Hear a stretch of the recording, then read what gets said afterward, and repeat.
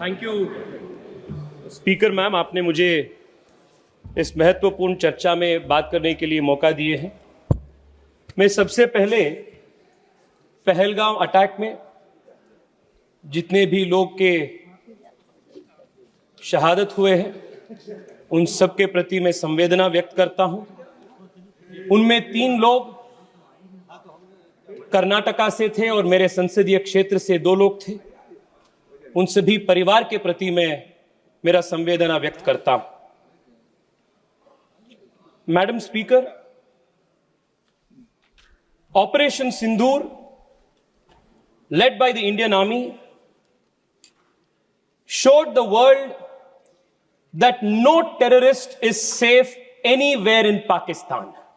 वो जहां भी हो भारत उनको ढूंढेंगे एंड भारत उनको न्यूट्रलाइज करेंगे। This was the resolve that Bharat sarkar under the leadership of Narendra Modi displayed during operation Sindoor. Madam, operation Sindoor के जो मिलिट्री एक्शन था वो इससे पहले के सभी मिलिट्री एक्शन से बहुत फर्क है इसमें और सबसे पहले। This action was a new generation warfare, unlike all earlier warfares which were more conventional. In this we had foreign supplied drones, unmanned aerial vehicles, precision guided missiles, electronic warfare, a deceptive information warfare. ये सब चल रहा था। And the strength of the Indian armed forces was proved to be second to none in the world because 80% of Pakistani weapons are imported from China, and it was India's air defense systems that had the ability to pierce through these Chinese defense systems, and we could reach our targets, the intended targets, in a precise way. The world today has accepted that India's military action through Operation Sindoor is a comprehensive and total military success. It was precise, it was non-escalatory, but at the same time it had devastating effects on the enemy. All of these years, no cost was paid by Pakistan for their misadventures. But since 2014, the new normal has changed, and if Pakistan dares to attack India, they will have to not bear the brunt of one eye for both the eyes, not one tooth for another tooth, but both the eyes for one eye, the whole jaw for one tooth. This is the new normal that Bharat has established. Madam Speaker, इससे पहले जब भी Bharat military effort के माध्यम से achievement हासिल किए थे, हम डिप्लोमैटिकली ऑन द डिस्कशन टेबल हमने उसको स्क्वैंडर कर दिए थे। कई सारे उदाहरण इतिहास में है। 1948 में, जिसका उल्लेख कई बार आया, our armed forces had breached the LOC, and all of what is today known as Pak-occupied Kashmir was in our control. But it was this Congress party and its leadership of that time that surrendered all of Pak-occupied Kashmir. What military achievement we had gained, we squandered on the diplomatic table. 1965 में भी वही हुई, 1971 में भी वही हुई. But the difference this time is the military achievement that we achieved in Operation Sindoor was crystallized and strengthened through our diplomatic onslaught that was led by the multi-party delegations and effectively led by the Prime Minister and the External Affairs Minister. मैं आपको एक उदाहरण देना चाहता हूं। आज United states of America ने TRF को डेसिग्नेटेड टेररिस्ट ऑर्गेनाइजेशन के रूप में प्रोस्क्राइब कर दिया है। मैं उस डेलीगेशन में पार्ट था जिसमें शशांक जी भी मेरे साथ थे, शशि जी के नेतृत्व में। हम कोलंबिया में थे। Colombia had given a statement in support of Pakistan. After our intervention, Colombia withdrew its statement and gave a statement in favor of India. Every country in the world which matters has stood with India. This is the diplomatic strength that has been gained. Madam speaker, मुझे परशुराम जी की एक युक्ति याद आ रहा है। उन्होंने कहा था, अग्रतश्चतुरो वेदाः पृष्ठतम सशरम धनुः इदम ब्राह्मम इदम क्षात्रम शास्त्रादपि शरादपि। उसी प्रकार से आज भारत डिप्लोमैटिकली हो, मिलिटरीली हो, दोनों युद्ध में तैयार है। And we are ready to win at the diplomatic front, we are ready to win at the military front.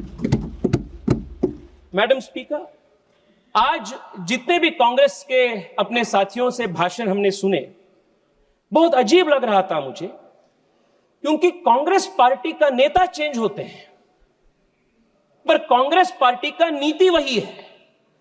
1947 से लेकर आज तक कांग्रेस पार्टी के जो कंसिस्टेंट पॉलिसी है वो भारत को और भारत के सशस्त्र बल को सिस्टमैटिकली और डेलिबरेटली वीक करने का एक पॉलिसी है। इसका उदाहरण मैं देना चाहता हूं। At the very beginning of our independence, at the dawn of this nation as an independent country, Pandit Nehru ji की एक स्टेटेड पॉलिसी थी कि भारत को आर्मी का जरूरत ही नहीं है। जनरल लॉकहार्ट के पास बैठते हैं और नेहरू जी बात ये बोलते हैं कि rubbish, total rubbish, no plans of modernisation of army is required, India का policy is ahimsa, we don't need the army, police will do its job. ये नेहरू जी की सरकार की स्टेटेड पॉलिसी थी। And this did not remain isolated in 1947. When A.K. Anthony ji was the defense minister, it was the stated policy. Madam, my party has allotted me 15 to 20 minutes time. Please give me the time given by my party. Madam,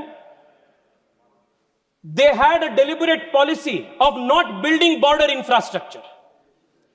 और देश के army में जाति गणने का काम भी Congress party ने किया था। और मैं बैंगलोर से आता हूं और बैंगलोर के HAL हो, DRDO हो, ऐसे कई सारे इंस्टीट्यूशंस को डेलिबरेटली इन लोगों ने वीकन किए थे। 10 साल पहले HAL के पास ऑर्डर बुक्स नहीं था। आज HAL के पास 1 लाख करोड़ रुपए से ज्यादा order books make in India के नरेंद्र मोदी जी के मेड इन इंडिया के कारण के वजह से है। It was a deliberate consistent strategy to weaken the armed forces. Madam, Rafale की बात हो रही थी। The country remembers how the leader of the opposition in an extremely irresponsible fashion tried to derail the acquisition of the all important Rafale, and they also tried to derail the acquisition of Tejas into the armed forces. If it was not for our defense minister Manohar Parrikar, today LCA Tejas would not have been a reality in this country. They had tried to kill all of these made in India defense projects. Madam, 3 साल पहले general Bipin Rawat ji ने एक बहुत महत्वपूर्ण कार्यक्रम में देश को बताया था that India should be ready to face a 2.5 front war. मैं आज इस देश को इस महत्वपूर्ण सदन से बताना चाहता हूं कि दिस 0.5 फ्रंट जो है वो कांग्रेस पार्टी और इसके इकोसिस्टम है जो भारत के अंदर से भारत को खोखला करने के लिए काम कर रहे हैं। और मैं बहुत जिम्मेदारी के साथ यह बात कह रहा हूं मैडम, और मैं तथ्य के साथ इसको प्रूव करूंगा। मैडम, आज कांग्रेस पार्टी ने टेररिज्म के बार इतना बड़े बड़े बात कह रहे, बड़े बड़े बात, but what has been the consistent policy of Congress party towards terrorism? Madam, एक ही उदाहरण देना चाहता हूं। 2004 में जब इनकी सरकार सत्ता में आई, what was the first step that they do? It was to repeal the POTA Act.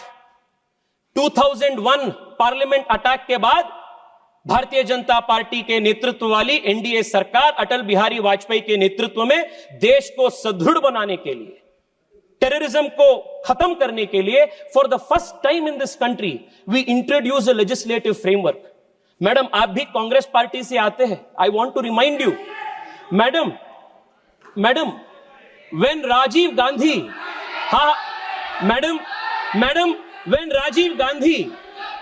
when Rajiv Gandhi का ट्रायल चल रहा था, राजीव गांधी जी का ट्रायल चल रहा था, मैडम, जब राजीव गांधी जी की डेथ की, टेररिस्ट से हुई डेथ की ट्रायल चल रहा था, trial court said we do not have exclusive terror legislations to prosecute. This was the state of affairs of this country. 2001 के बाद हमने पोटा कानून लागू की, पर आप सरकार में आते ही पहली चीज आपने पोटा को दुरुस्त किया. यू रिमूव्ड पोटा. और क्यों किया आपने? आपके वोट बैंक के कारण आपने पोटा को बंद किया, और उसके बाद 10 साल देश हर दिन टेररिस्ट अटैक रूटीन बन गया था देश में. मैडम, मैं आपको एक लिस्ट बताना चाहता हूं. अब देखिए, पोटा को खत्म करने के वजह से इस देश पे किस प्रकार की नुकसान है. जुलाई 5, 2005 अयोध्या में राम जन्मभूमि में टेररिस्ट अटैक हुई. आपने क्या की? निंदा की. 2005 जुलाई 28 जौनपुर श्रमजीवी एक्सप्रेस पे बॉम्बिंग हुई. 15 लोग से अधिक लोगों का मृत्यु हुई. आपने क्या की? निंदा की. अक्टूबर 29 दिल्ली, दिसंबर 2005 बेंगलुरु IISc, फरवरी 2006 गुजरात अहमदाबाद स्टेशन में बॉम्बिंग. 2006 मार्च वाराणसी कंटोनमेंट स्टेशन. जुलाई 11 2006 मुंबई महाराष्ट्र ट्रेन बॉम्बिंग, 300 से अधिक लोग की मृत्यु हुई. मालेगांव महाराष्ट्र 2006, पानीपत हरियाणा 2007, हैदराबाद मक्का मस्जिद बॉम्बिंग 2007, अगस्त 2007 हैदराबाद में फिर से लुंबिनी गार्डन के गोकुल चाट पे बॉम्बिंग. लखनऊ में बॉम्बिंग 2008 पे, रामपुर पे उत्तर प्रदेश पे बॉम्बिंग. सितंबर में दिल्ली में करोल बाग पे बॉम्बिंग. 2008 दिल्ली में सितंबर 27 में बॉम्बिंग. इसे लिस्ट जाती रहती है. In just 10 years of the UPA government between 2004 and 2014, more than 8,000 civilians were killed because of terrorist attacks in this country. 8,000 terrorist civilians were killed. आपने NIA को वीक किया. आपने जो कानून था वो कानून को ध्वस्त किया. और सुनिए मैं बताता हूं आपको हमने कैसे NIA को मजबूत किया. Madam, it was this deliberate ploy of weakening this country from within, by deliberately weakening the institutions of this country, that led to 8,000 innocent civilians killed because of terrorist attacks. And this was also the position in Kashmir. Every Friday there were toll painters. Every Friday there was a plan for the next calendar of terrorist attacks. It was only after Amit Shah ji introduced the Constitution Amendment Bill to remove Article 370 that has seen a great decline of terrorist attacks in Jammu Kashmir. It happened in our government, अपने सरकार की नेतृत्व. Madam, 2004 में when Congress repealed POTA, what were governments of the world doing? 2001 में 9/11 की attacks हुई थी. 9/11 के अटैक के बाद विश्व में हर देश अपनी लेजिस्लेटिव फ्रेमवर्क को टेररिज्म के खिलाफ उनके फाइट को और ताकत दे रहे थे. But here we had a government in India, unfortunately, that deliberately as state policy chose to weaken the fight against terrorism. 2004 में there is only one political party in the whole world which chose deliberately and very thoughtfully to repeal an anti-terror legislation, and the disfamy of that happens to the Congress party. The history of the country will remember it. Madam, आज surrender के बारे में बात हो रही है. मैं देख रहा था 1-2 दिन पहले कांग्रेस के पूर्व गृह मंत्री एक इंटरव्यू में बोले 1965 में जब शास्त्री जी की सरकार थी तब सोवियत यूनियन के इंटरवेंशन के साथ हमने सीज फायर किए थे. सो उन्होंने बोले कि हमने एक्सेप्ट कर रहे हैं, we are accepting that the Soviet Union had actually created this ceasefire. Why are you not doing it? Madam, I want to remind the Congress party that the Bharatiya Janata Party and the leadership under Narendra Modi is not habituated like you to perform actions for the country on the behest of foreign forces. और 2008 में there is a very interesting speech of Arun Shourie ji. Madam, I'll conclude in 3 minutes. There is a very interesting speech of Arun Shourie ji. आजकल अरुण शौरी जी का कई सारे statements in लोगों ने coat कर रहे हैं. अरुण शौरी जी ने बताया था जब उन्होंने राज्यसभा में बात कर रहे थे that the government should stop running to mummy. Mummy he meant was the United States. And I want to remind again today that the Congress party, especially under its present leadership, should stop running to mummy. Because mummy तक जाना, mummy पे निर्भर होना इस party के नेताओं का, इस पार्टी के पूरे परंपरा बन गया है. This is a country that will stand on its own feet and respond in its own right. Madam, मैं आपको यह भी बताना चाहता हूं कि आज